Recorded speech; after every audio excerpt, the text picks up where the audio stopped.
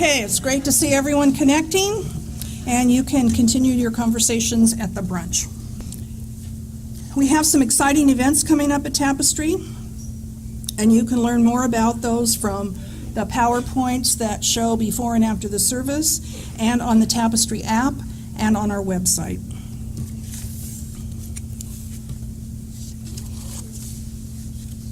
We are a busy congregation with lots of activities, and our various groups and events reflect our vision of being a transformational home for liberal spirituality and a dynamic community leader in Orange County and beyond. And now Mickey Jackson will light our flaming chalice, the central symbol of our Unitarian Universalist heritage. We light our chalice this morning, grateful for the kindness we experience in this beloved community. May the flame light the way for all who seek such kindness, compassion, and human connection. Concerns, I have one written concern, and we have some candles lit in recognition of privately held sorrows or concerns, and so we keep those in our hearts as well. Our written concern is from Laura Jackson and her daughter Tatiana. They are mourning the loss of their dear dog Halia, who died yesterday of natural causes.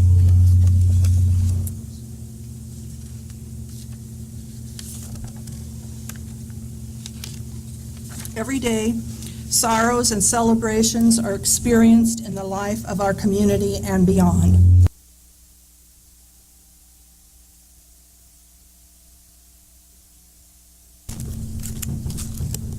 The reading today that I've selected is from my book, Wake Up, Daily Lessons for a More Liberated and Loving Life.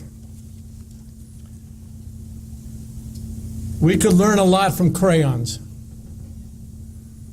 Some are sharp, some are pretty, some are dull, some have odd names, and all are different colors, but they all have to learn to live in the same box. The world is truly becoming increasingly diverse in every way, economically, racially, religiously, and in terms of every conceivable lifestyle. Diverse literally means turned in different ways. So our human reality is diversified indeed. There exists a pluralism of skin colors and sexual orientations, simply countless ways of being our authentic selves, who we choose to be. The mission of the ripened person is not merely to tolerate such diversity, but to celebrate it as a result of an evolving universe. But there remain holdouts. Who was the first man, Bobby asked the teacher. Well, George Washington, answered Bobby promptly. Why, actually, Bobby, Adam was the first man. Oh, well, said Bobby, determined to prove himself right. I wasn't counting foreigners. Bobby, foreigners do count. Everyone counts. And all of our children must be taught that primary lesson, or they do not graduate. George Washington and Martha Washington, Adam and Eve, Palestinians and Israelis, Americans and North Koreans, Susan and Bobby and Alejandro are all members of the same human family, and to be treated as such. And let's not split hairs over which race was first in history. The only race that really matters is the full human race.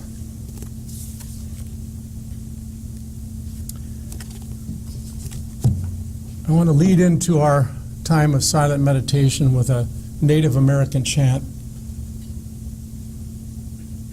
passed on to me years ago by Brother Kent Larrabee, of blessed memory.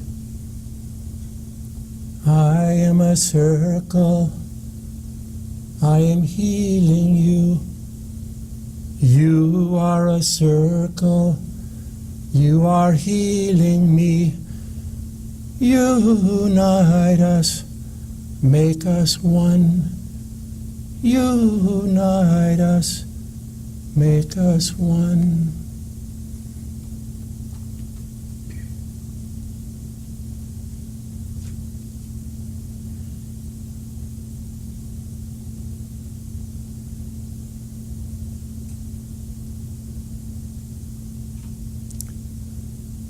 May there be peace and unrest in our lives, sufficient peace to keep us grounded and serene and calm, but enough unrest to keep us morally and spiritually on our toes, awake, vital, here and now. Peace and unrest. Unrest and peace. Shalom, salam, blessed be, and amen.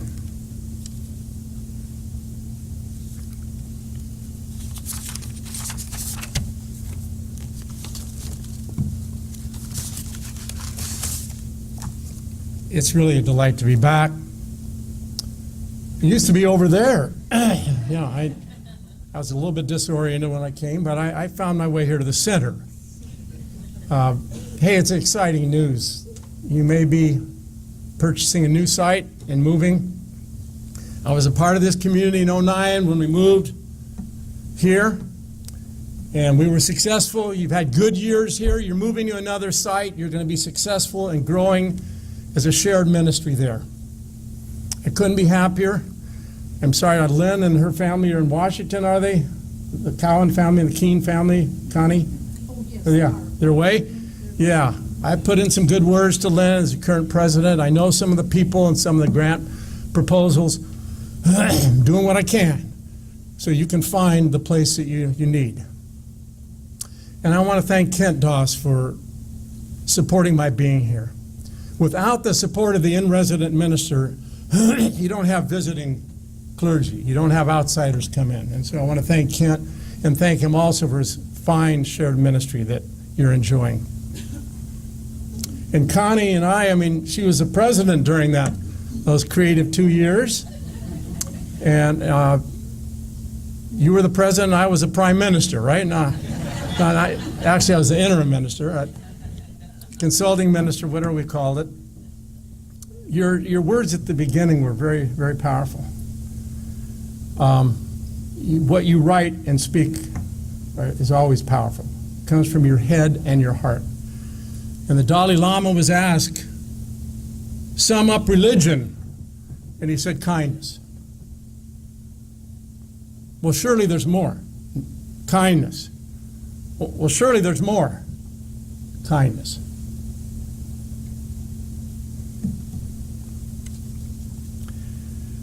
Before your luncheon, I'm going to be greeting you and talking, have memories about your kids and grandkids and mine and in-laws and outlaws and just all kinds of family sharing out there.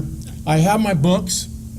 Some you might have, some you might not have, and we'll work out some arrangements so I can go back to San Diego lighter. I'm looking out and I'm seeing Bill Kritzmeyer, and Bill is new to the congregation here. Bill and Judy Kritzmeyer were part of our congregation 40 years ago in Davenport, Iowa, in the Quad Cities. And when I saw Bill this morning, and I saw the name, that's 40 years ago, 40 plus years ago actually. You had just come to Rock Island to be the superintendent, as I recall. And I muffed it this morning. I thought maybe it was in San Diego, but then I realized, no, it was in Rock Island, in that area. It's great to see you again, Bill.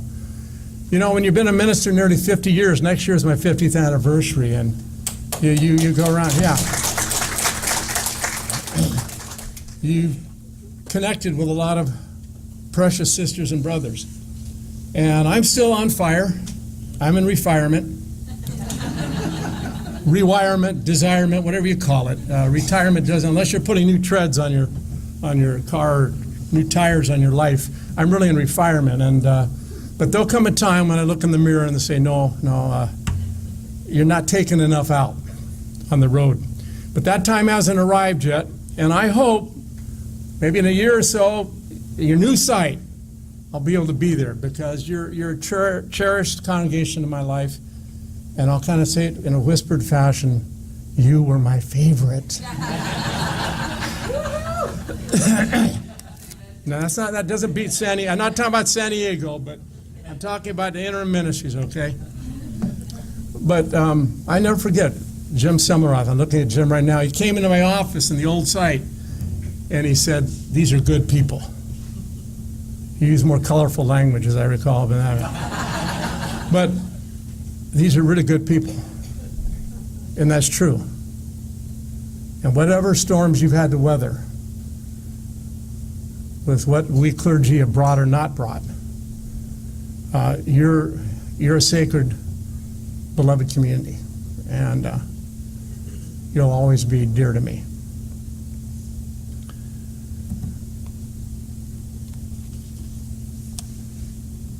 And Melissa's, I realized where I knew Melissa from the choir camp last year at Bentonville.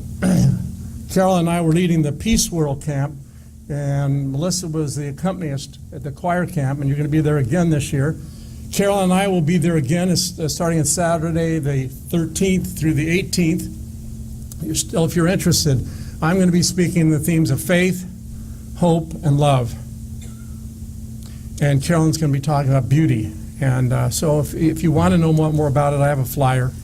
There's the choir camp and there's the adult camp going on simultaneously. Clearly, the overall health of America is on all of our minds and hearts right now. So today's sermon won't be another tirade against our nation. I'm not very good at tirades anyway. It's not who I am. But we're a hurting country. What with the lingering war in Afghanistan, a constipated Congress, and recent natural disasters and gun killings, persistent racial strife, America's original and most intractable sin, and a hotly contested, make that downright nasty presidential election, not to mention health care, educational, economic inequities bedeviling America. We're a troubled and a troubling land.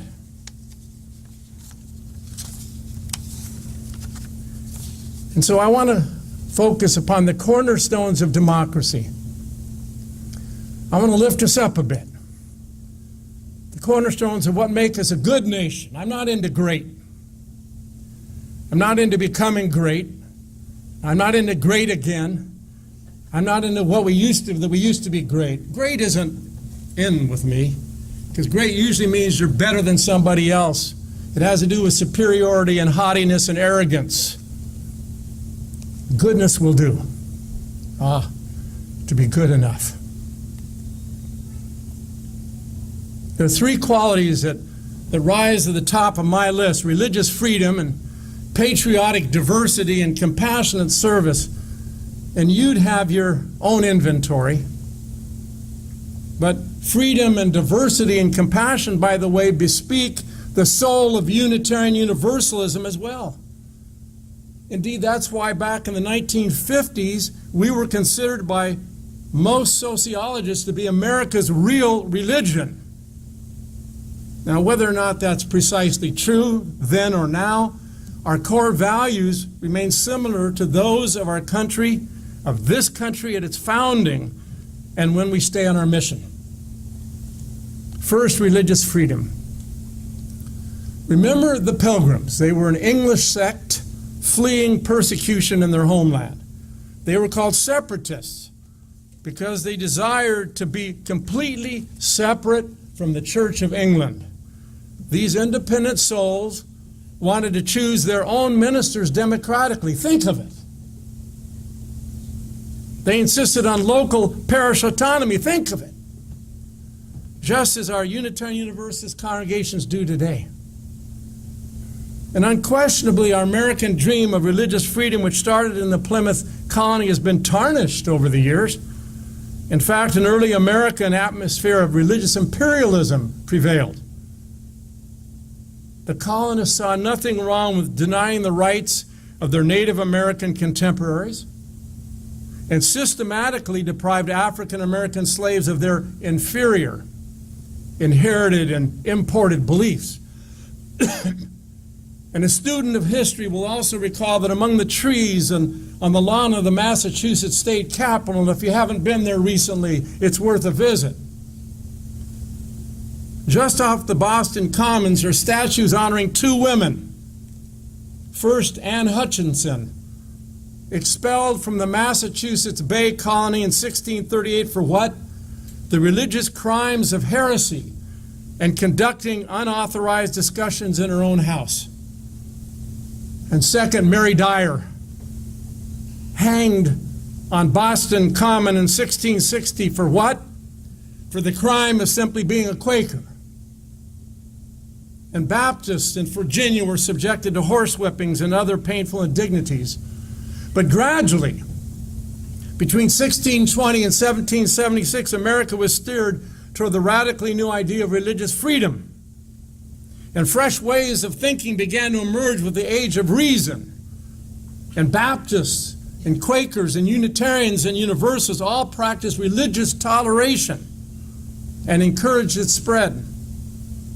So that by 1787, when the Constitution was written, and remember some of America's founders were either Unitarians or Universalists, religious freedom was made the law of the land. And it was determined that a person's religious beliefs were his or her private concern and inviolate right. You got that?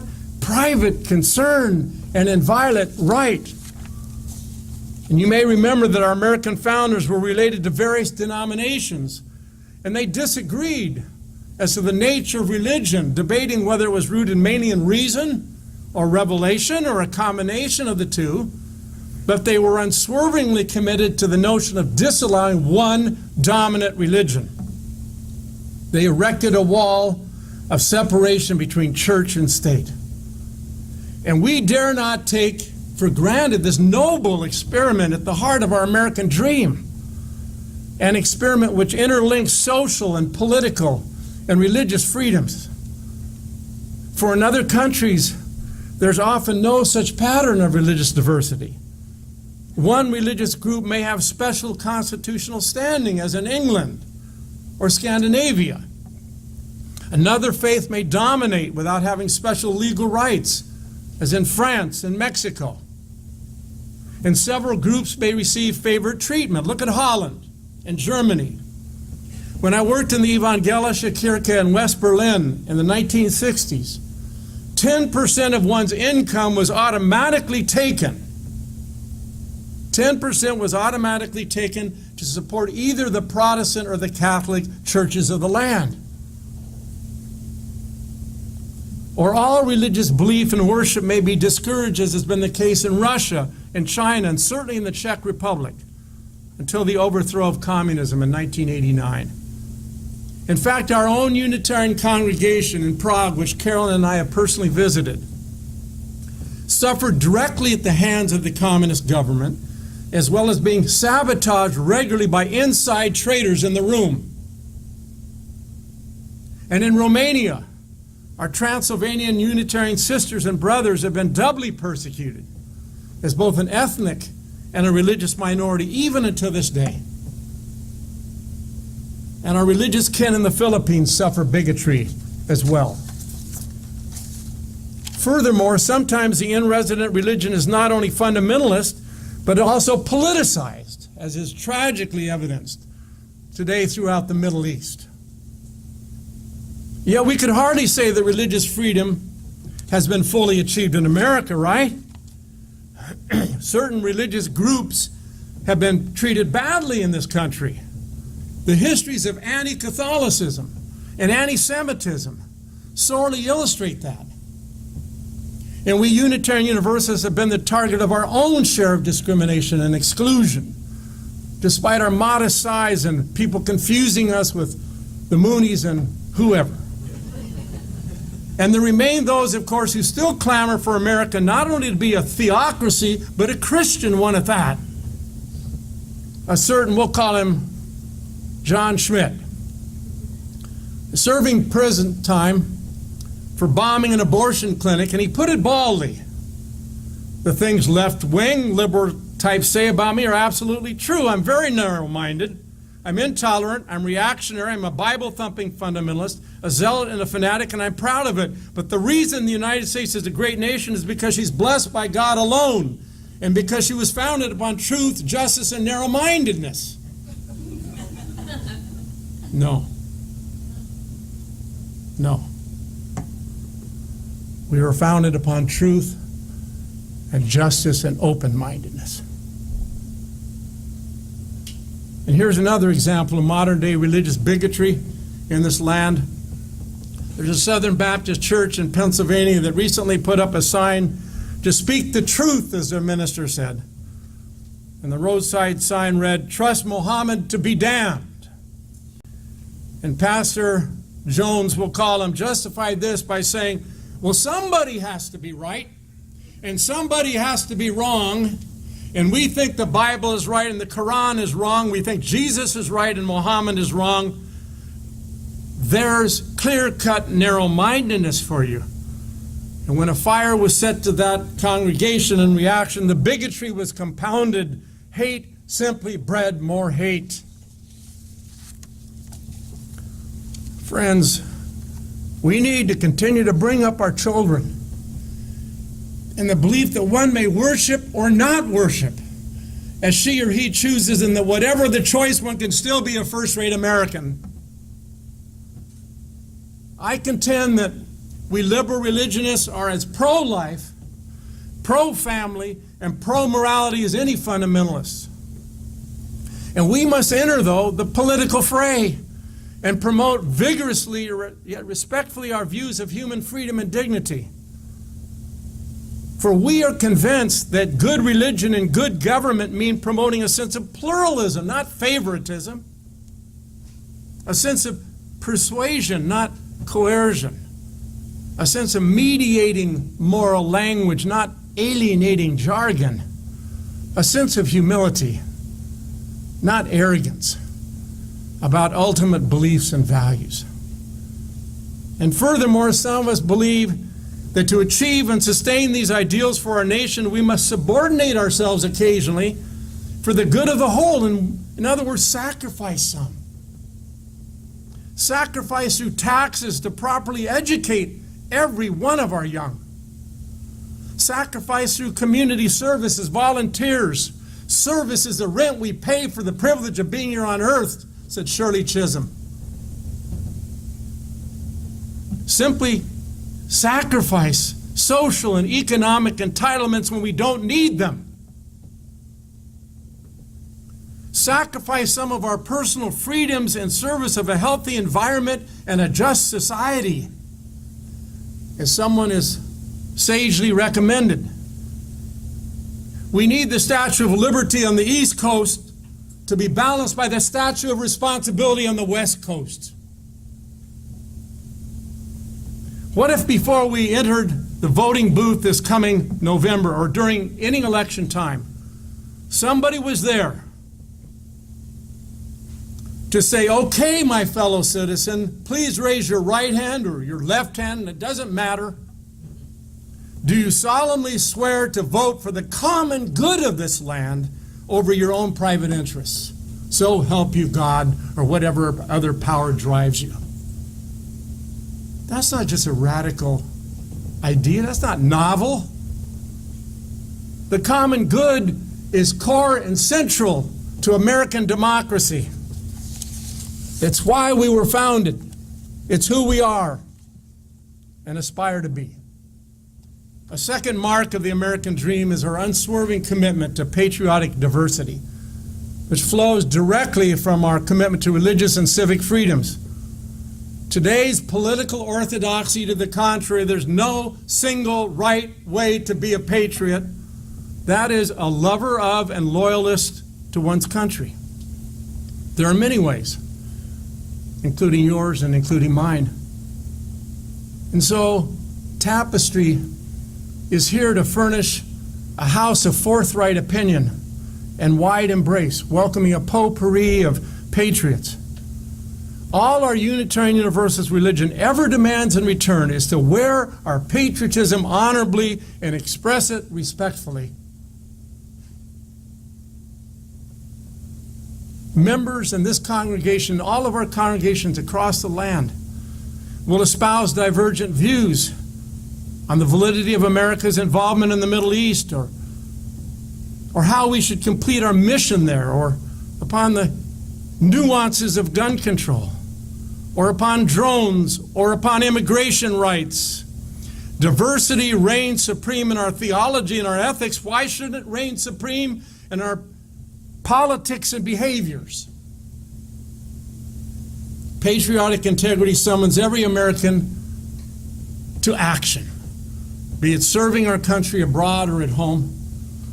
True patriots are always on duty, not lounging on couches, not tracking down the latest popular media station that you and I adore. Patriots refrain from turning their minds over to reporters or officials or to the media or anyone else. And patriots resist seeing war merely in terms of statistics, but rather in terms of loss of human life, loss of sacred soil. Patriots send letters. Patriots participate in prayer vigils and march for or against government policy. Patriots hear speeches, but they make their own as well. Patriots join deployment blues support groups or peace affinity networks, or both of them. Patriots simply organize rather than agonize. And yes, patriots carry on a lover's quarrel with their homeland. Over 50 years ago, Dr. Martin Luther King Jr. spoke at our Unitarian Universalist General Assembly in Florida. And he said, "I'm proud to be a creatively maladjusted American." Maladjusted because until the good society is realized, I will remain creatively and compassionately maladjusted. Patriots are known to wave flags, but not necessarily only one or even two, but sometimes 3 flags, such as those we used to have standing tall in our meeting house in San Diego. Flags representing our homeland. Another flag representing the United Nations. And a third flag representing the globe that we cradle in common. Why 3? Because full-bore patriots are citizens of the universe, enlisted to serve and protect the well-being of country and more, the well-being of the international network and more, the well-being of the entire ecosystem.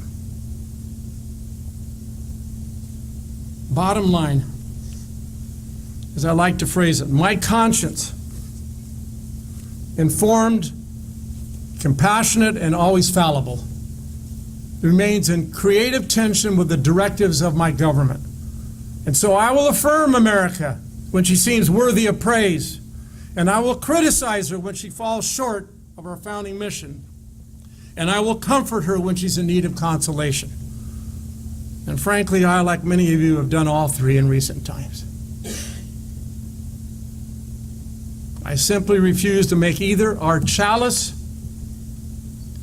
or my conscience subordinate to any flag of any single nation.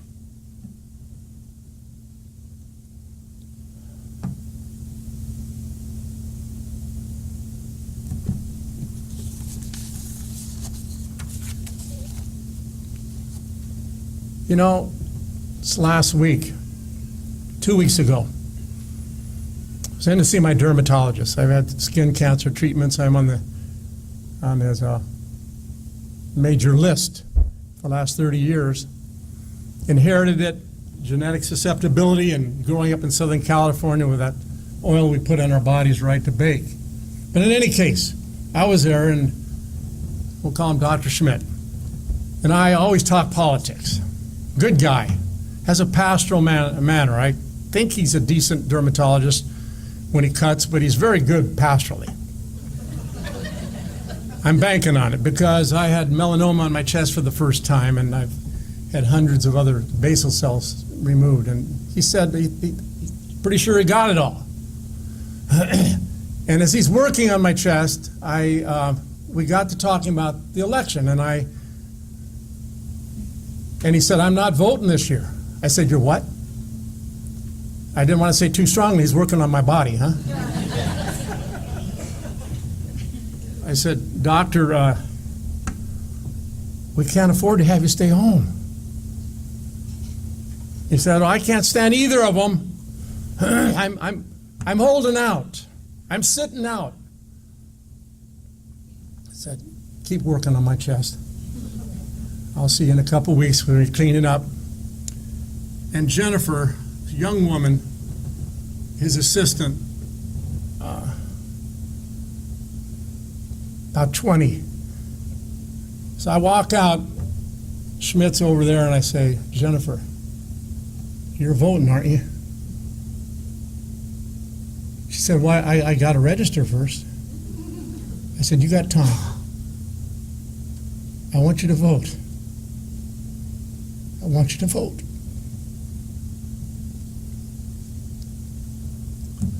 Look at the history of voting in this land. Initially, the United States Constitution gave the electors citizens designated by the state the vote. And it took 50 years to lift property ownership and church membership requirements for voters. And then despite that, the vote was still the exclusive right of the white male. Have we forgotten the fierce struggle to get universal suffrage? But the road remains long and hard, and given today's voter suppression efforts in our own land, what an embarrassment. Then there's the apathy of our citizenry, including Dr. Schmidt. In fact, our nation on the whole sports one of the lowest voter turnouts of any land. That won't do. To be sure, there's a resurgence of civic engagement among our 20-somethings. Well, with the current movements such as Black Lives Matter and immigration rights and students active, still got to show up in November. Still got to show up and keep showing up when we're underground.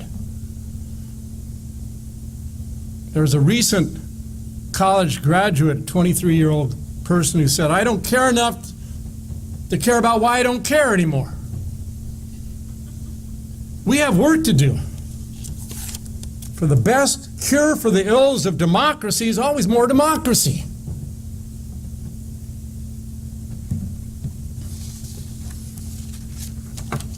There's material poverty in this land.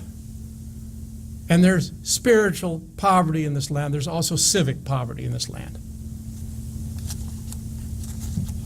And that's a deficiency which we as a people can remedy by voting regularly, intelligently, and compassionately for the common good.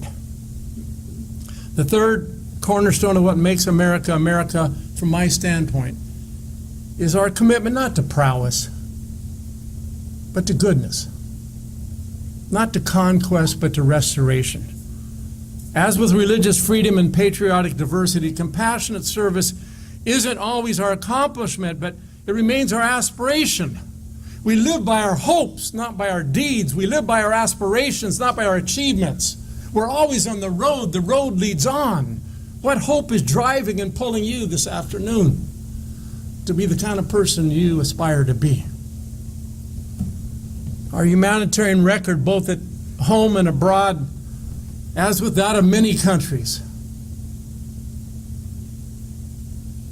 Look at the innate turmoil in Rio de Janeiro around the Olympics. So much that's blocked off and hidden. 12-year-old grandson was with us the other day, and Owen said, you know, I'm going to have trouble looking at all that swimming and running and everything when I've kind of heard what's going on. Turn it off, baby, turn it off. Or if you turn it on, and I like to watch that, the Olympics, the best of what people can stand for individually. Just be aware of the whole context. But it remains our duty to clean up our side of the street, to work collaboratively with others to restabilize politically and economically any regions of the world that we have chosen to assault. After all, aren't justice and mercy our American ideals? Isn't humanitarianism central to our way of being Americans? Or is compassion merely a platitude, a political ploy, a policy reserved for our own people? God, I hope not. I simply want a good government and a good president who will motivate the rest of our citizenry to be good enough individuals. I've long since given up the illusion that presidents or people must be perfect or even great.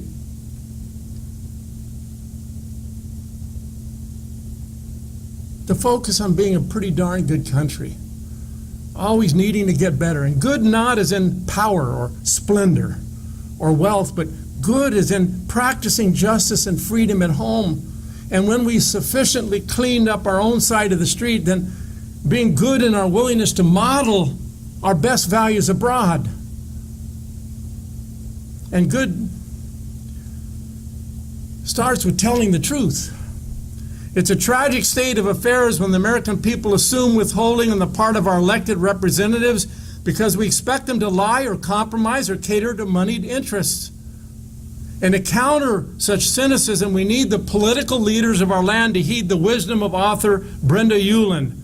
She said, "I have two commandments to promote to the world: no cruelty and no lying." And that would take care of just about everything. But there's more to being good. For example, to counteract terror at home and abroad. And this idea isn't original with me. Perhaps the United States could take the lead in getting all the advanced or interested societies, industrial societies, to participate in a modern-day global Marshall Plan that would dedicate hundreds of billions of dollars each year for the next 30 or so years to the cause of eliminating hunger and homelessness and inadequate education and insufficient health care in underdeveloped countries, and certainly in our own as well. The root causes of violence.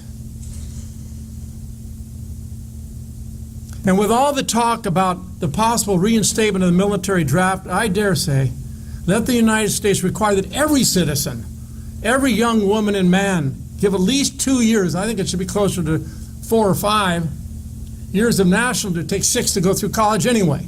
But anyway, if you're not interested in college, or college is an option, be mature enough to know where you are when you show up there and pay for education because you've been serving your country for 3 to 5 years in delivering services, providing training, education, and otherwise assisting in the implementation of a global Marshall Plan.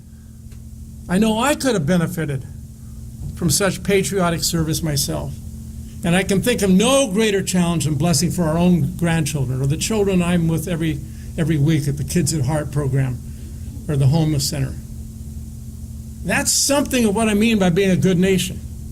Let's stop worrying about leading the world and start by joining it and serving it. And then with greater humility, we can possibly play a wiser, more compassionate role. Someday soon, it appears to this patriot that if we're true to our American way of life, to our path of freedom and diversity and compassion, we must say no more innocent deaths at home and abroad. Someday soon, America's conscience will be goaded to wage peace at home and abroad.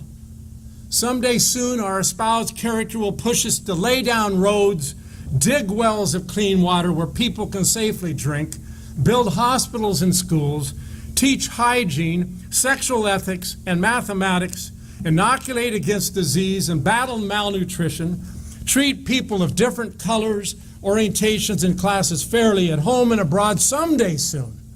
Someday soon. For deep down, as we Americans well know, if we're truly interested in making any corner of the world safe for freedom and democracy, then we've got to unleash weapons of mass construction, our unique, our powerful, our finest American tools and weapons, opportunity and justice and education and hope. and freedom and diversity and compassion. And if that sounds too upbeat, I don't care anymore. For I belong to a life-affirming, this-worldly, hopeful religion. And if my personal program sounds too idealistic, so be it. For we're card-carrying citizens, aren't we, of a country whose pilgrim forebear, William Bradford, has inscribed on his gravestone, "What our forebears with such devotion did accomplish, let us not lightly surrender." All I want is for America to be America. A pretty darn good country. Pretty darn good country.